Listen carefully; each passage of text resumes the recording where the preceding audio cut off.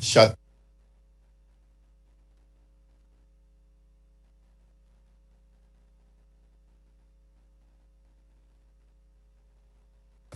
un-American and unpresidential behavior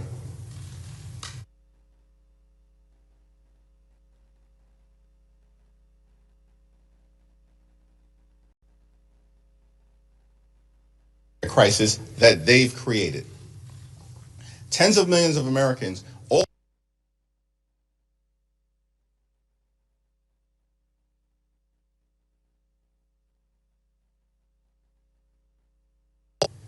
they are about to experience thousands of dollars in additional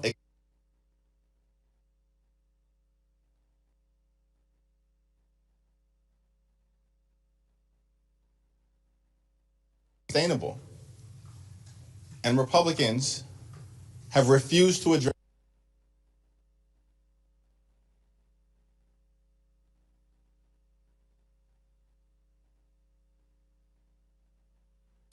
for everyday Americans, for working class Americans, and for middle class. Doing these Republican policies that are raising the already too high cost of living and ripping health care away from the American people. Republicans on vacation for 4 weeks, and one of the consequences of that is that Republicans have refused now for 4 consecutive weeks to swear in Representative-elect Adelita Grijalva, depriving hundreds of thousands of people in the state of Arizona of the representation that they deserve, particularly during this challenging moment in the country. And once again, on the House floor during a pro forma session, Republicans refused to recognize the distinguished gentleman from the great state of Maryland on behalf of Representative-elect Grijalva, who should be sworn in today. It's already 4 weeks too late. It's now my honor to yield to the top Democrat on the House Judiciary Committee, Representative Jamie Raskin. Thank you, Leader Jeffries. And I want to say I was alarmed and distressed to read that another January 6th pardoned convict has been picked up, this time apparently in connection with saying he was coming to New York looking for you, Mr. Jeffries, saying he was going to eliminate you. And apparently you had a public event in New York yesterday, and he's been picked up for that. And it's an alarming situation where now we have many of these January 6 defendants who have been picked up on other offenses. The Department of Justice is not zealously prosecuting them for other crimes that they've committed. They've even taken the position that if other crimes were discovered in the course of the January 6 investigation, they were pardoned for those crimes too, which is false, which contradicts the actual text of the pardon. But they are bending over backwards to let these people be out. And it's a very dangerous situation. And I said on the very day that Donald Trump pardoned 1,600 people en masse without obviously studying the details of each individual case, that President Trump and his administration would be responsible for whatever happens with these people. They've got a responsibility to rein them in. Some of them they've hired. Jared Wise, who is a January 6th attendee, he was there on the 6th, and he entered the building illegally, and he also chanted, "Kill him," when his fellow riders were attacking the police. He called the police Nazis and Gestapo. He's now the senior advisor to Ed Martin, who himself was there on January 6th and was a lawyer for people on January 6th. And he tweeted out on that day that it was like Mardi Gras. So we have a very serious problem with political violence in this country. Thank God that you are safe, Mr. Jeffries, but we are asking for the Department of Justice to get serious about reining these people in all over the country, especially since Ed Martin clearly knows them, and he is head of the so-called weaponization task force.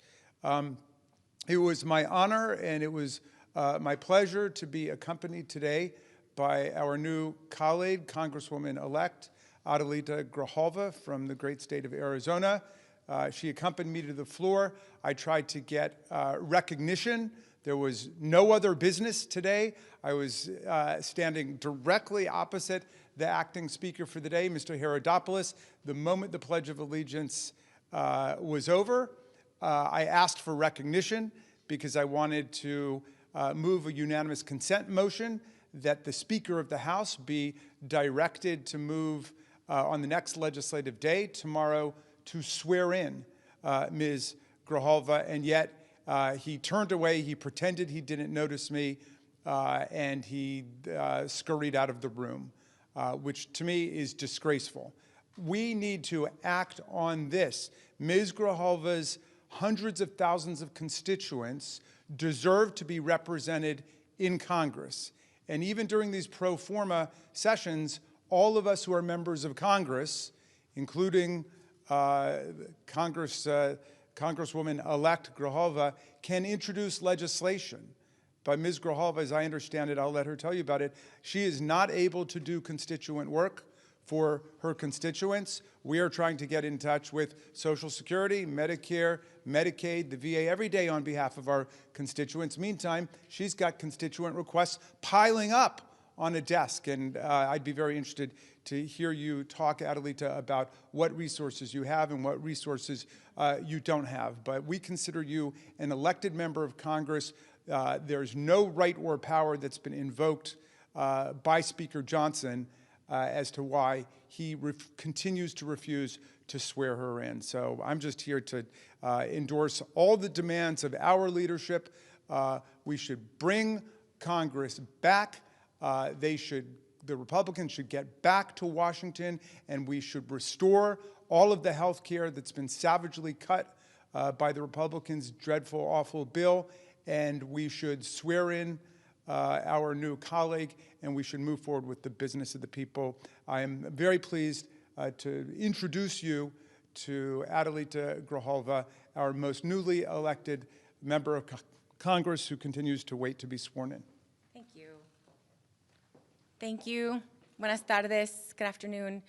Thank you, Leader Jeffries and Ranking Member Raskin, for the opportunity to speak here, and for, I think this is the 5th time that a member of Congress has tried to get some recognition in order to have me sworn in. Today is day 28 since my election. And I think that it's really important that we appreciate that 812,000 Arizonans do not have representation in Congress. My dad passed away a little over 7 months ago in March. And since that time, the offices were able to provide constituent services. It was the People's Office of Arizona CD7. On September 23rd, those services ended. And so I do not have access to provide services in district. And I think that I also don't have a budget. So this back and forth, coming back and forth, is on my miles that I had stored up because I don't have a budget. I'm not able to open a lease in district. And I think that, the efforts that have been provided to me, and I'm appreciative of the administration's effort, the departments in the administration, they're trying to provide piecemeal solutions to some of the problems that we have. But respectfully, there's so much that cannot be done until I am sworn in. And so every moment that passes that I'm not able to provide constituent services or be a voice for Arizona, I can't bring the issues forward that they sent me here to do. And so while we're getting a lot of attention for not being sworn in, I'd rather get the attention for doing my job. And I can't do that right now without being sworn in. And it's just notable to continue to mention, there were 2 Republican members that were sworn in less than 24 hours from the date of their special election, April 1st. They were sworn in less than 24 hours, April 2nd, on a pro forma session. It's not unheard of for this speaker to do that. And so I continue to ask, for us to have the same opportunity and for the 812,000 people in Arizona that do not have a voice right now to have the opportunity to have me here representing them. Thank you. Thank you, Madam Leader. Thank you, Jamie. It's a disgrace that Mike Johnson and Republicans continue to refuse to swear in Representative-elect Adelita Grijalva. It's disrespectful of her. It's disrespectful to the 812,000 people who elected her. It's disrespectful to the great state of Arizona, and it's disrespectful to the House of Representatives, which is supposed to be the people's house, but under Republican leadership has turned into nothing but a rubber stamp for Donald Trump's extreme agenda. Questions? Leader Jeffries, when did you receive or learn about the threat against you from Christopher Moynihan, and is it plausible that the Speaker hadn't heard about this case before a reporter asked him this morning, since the authorities in New York announced the arrest on Sunday? Well, that's not clear, and that, is for people to judge the credibility of that response. At the end of the day, here in America, we're living in a moment of extreme political violence. And that impacts every single person in public service and the people that we are all working hard to represent. But we will not be intimidated. We will continue to show up and stand up and speak up for the American people, to improve their quality of life, to address the extremism that is being unleashed on everyday Americans by this administration all across the country. We will not bend. We will not break. We will never bow down. And when it comes to these extremists out there, you better watch how you talk when you talk about me. Next question. Mr. Leader, good afternoon. Thank you. Is the only way the government can reopen if Donald Trump gets engaged in negotiations? Donald Trump is the President of the United States. Republicans have the House and have the Senate at the same period of time. They have complete control of government, and they made the decision to shut the government down rather than provide health care to everyday Americans through extending the Affordable Care Act tax credits, while at the same time addressing the other aspects of the Republican health care crisis, the biggest crisis in health care that we've ever seen in modern-day America, brought to us by extreme Republican policies, like the largest cut to Medicaid in American history, triggering the fact that all across the country, hospitals, nursing homes, and community-based health centers are closing, including in rural America. It was uncovered yesterday that throughout the state of Alabama, there are about 50 or so hospitals and medical institutions that may close in the next year or two because of Republican policies. Because of Republican policies in states like Georgia, Virginia, and Maryland, healthcare premiums without an extension of the Affordable Care Act tax credits may increase by $2,000 a year. That's $24,000 on families that make an average of $63,000 per year. That's impossible for anyone to sustain. And so, of course, Donald Trump should come to the negotiating table. And Democrats have been very clear that we will sit down with any of them, anytime, any place, here at the Capitol or back at the White House, to reopen the government, to support our hardworking federal employees, to enact a spending agreement that makes life better for the American people, while at the same time decisively addressing the Republican health care crisis that even Marjorie Taylor Greene acknowledges is devastating the American people. Why do you think he's sitting on the sidelines? Thanks. Go ahead. What do you make of it? A person accused of threatening you is the recipient of one of those blanket pardons. I think the reckless and irresponsible pardons of hundreds of violent felons on January 6th has consequences, as eloquently articulated by Representative Jamie Raskin. There are consequences to that, beyond me. Beyond me. The consequences are, we've seen crimes committed by people who Donald Trump pardoned on the first day he was sworn into office, by folks who have been released back into society all across the country, some of them violent crimes. And so there are consequences to these irresponsible actions, and not a single House Republican has walked away from them, not a single one. There are consequences when these extremists who are part of the Trump administration label the entirety of the Democratic Party as terrorists or criminals. There are consequences to that beyond us. We all know what we've signed up for, but there's pain being visited upon the American people because of actions taken by Donald Trump, supported by House Republicans and Senate Republicans on day one of his presidency. And I'm going to yield to my two colleagues, but by the way, what Donald Trump promised to do on day one of his presidency was lower costs for everyday Americans. That was the promise. He lied to the American people all of last year. Did he ever say I was going to pardon hundreds of violent felons who brutally beat police officers at this Capitol on January 6th? Did he ever say that?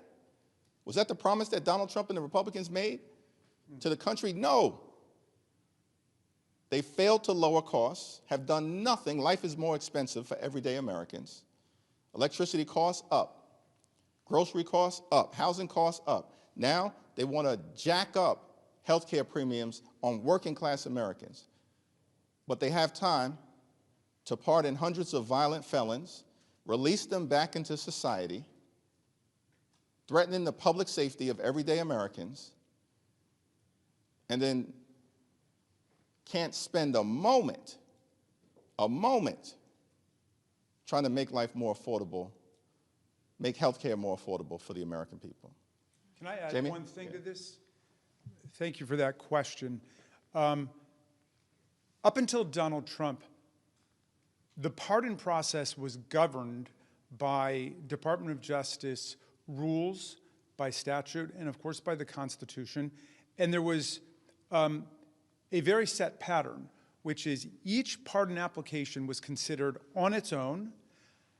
It was analyzed what exactly that person had done, what they were convicted of, and up until Donald Trump, nobody had ever been pardoned who had not paid back in restitution their victims of a crime or paid back fines to the government. In other words, you had to make yourself completely whole, then you had to demonstrate that you were rehabilitated, that you accepted the reality of your offense. Now, contrast that with what happened with Trump. He gets in on his first day in office without any reports from the pardon attorney about any of these people, any recommendations saying that they have paid off their restitution, they've paid their fines, they've made peace with their victims and so on, they've apologized to the police. No, none of that had happened. Instead, they issued a blanket pardon for everybody who had stormed the Capitol and participated in the shocking and atrocious events of January 6th. So what do you have in that mix? You have people who have been convicted before for domestic violence, for assault, for armed robbery, you name it. Drug dealing, gun dealing, all of that's in there. And what do you know? After this mass pardon happens, people start getting picked up again. There's a guy down in Richmond who was burglarizing all of the houses in his neighborhood. And now this guy, Moynihan, says he's going to eliminate the minority leader of the United States House of Representatives. So they have enough people over at the Department of Justice who know a lot about January 6th, including Ed Martin, who was there tweeting on that day, describing it as a day of celebration like Mardi Gras, and his senior advisor, Jared Wise, who was here yelling, "Kill him," about the police, that they should know how to get these people into line, because it's a very dangerous situation. And I just want to add finally to what Mr. Jeffries said. Speaker Johnson described the exercise of First Amendment rights across the country by 6 or 7 million Americans as part of the No Kings rallies as a Hate America rally. The Hate America rally happened on January 6th. 2021. We saw what a Hate America rally looks like. There were more than 140 police officers who were wounded, injured, hospitalized. Many of them have been forced out of police work because of what happened on that day. And what does Speaker Johnson say about that? Nothing. Now, he's part of the cover-up. He's part of trying to sweep the whole thing under the rug. Meantime, you had 7 million people participating peacefully, non-violently, in the American political process yesterday. And everybody should be praised for that. Those protests were a model for First Amendment exercise in the United States. Thank you. Mr. Leader, thank you. Speaking of the protests over the weekend, as you say, millions of Americans came out, the vast majority peaceful, old, young, all of that. However, Speaker Johnson displayed some of the signs that we saw, which did seem to indicate violence. One of them showing in effigy a picture of President Trump being hanged. Also, we've seen video of people saying that, for example, 8647 to them meant that they did want the president killed. How do you respond to those on the left using that kind of rhetoric? We've continued to make clear in this country that political violence directed at anyone, at any time, for any reason, wherever it emanates from, is unacceptable. Democrats have made that clear. We don't see that coming from Republicans on the other side. We don't see that type of unequivocal denunciation. In fact, they've described the January 6th hate rally as Mardi Gras, as a normal tourist visit, as a parade, as a celebration, and then they pardon hundreds of violent people and unleash them back in communities across the United States of America. This group of people, these extremists on the other side, they have zero credibility, zero, on the issue of political violence. And these Republicans, they are not the party of law and order. They're the party of lawlessness and disorder in all of the ways, including the ongoing crime scene at 1600 Pennsylvania Avenue, which is running the largest pay-to-play scheme in the history of the country in real time.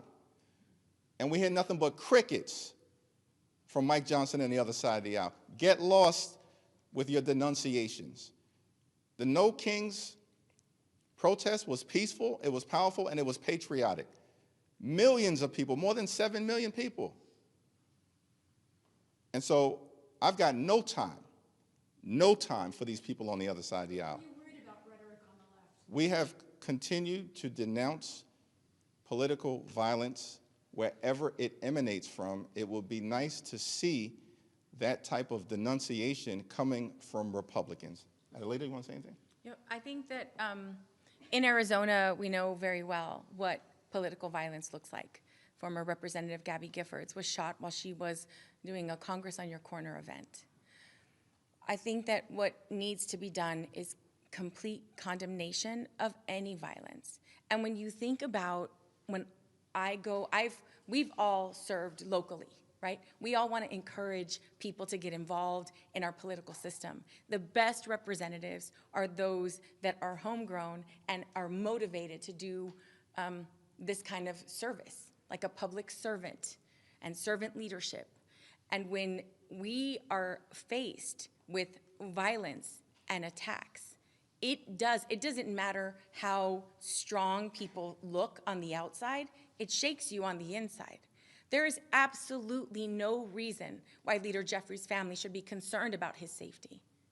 Nobody should have to deal with that kind of hate and violence on a regular basis. And so we can nitpick all of the little details, but fundamentally, this is not okay, and this is not normal. It's not. And when you have a president who is giving away $40 billion of our tax money to a foreign entity and not taking care of what's going on at home, but also, by the way, enriching themselves, I think that that's a conversation we should be having. But when we talk about signs here and there, and I mean, I was in Tucson, it is beautiful. There are like 4,000 people there, all walks of life, all ages. The vast majority had never gone to a protest before. That's pretty cool. And I think what that shows, and it's an indication of the general unhappiness and displeasure of the American people in this administration. 2 weeks away from 3 important elections: California 50, New Jersey's gubernatorial election, Virginia's gubernatorial election. I'm curious to know if you think those 3 elections will they be a signal to kind of where the Democratic Party is headed as we go into 2026? Just how are you thinking about those elections? I know you've had varying degrees of activity in each of those. Just want to get your general thoughts. It will be a signal about where the country is headed in the midst of dealing with the national nightmare that is the Trump administration and the Republican sycophants in the House and the Senate who are embracing all of this extremism. That's what the New Jersey gubernatorial election is going to represent. That's what the Virginia gubernatorial election is going to represent, and that's what Prop 50 in California is going to represent. And we're going to win. In California, I was there all weekend. We're going to win in California, stop Trump from stealing the election by rigging congressional maps all across the country, and we're just getting started in California. Remember I said this, just getting started in California.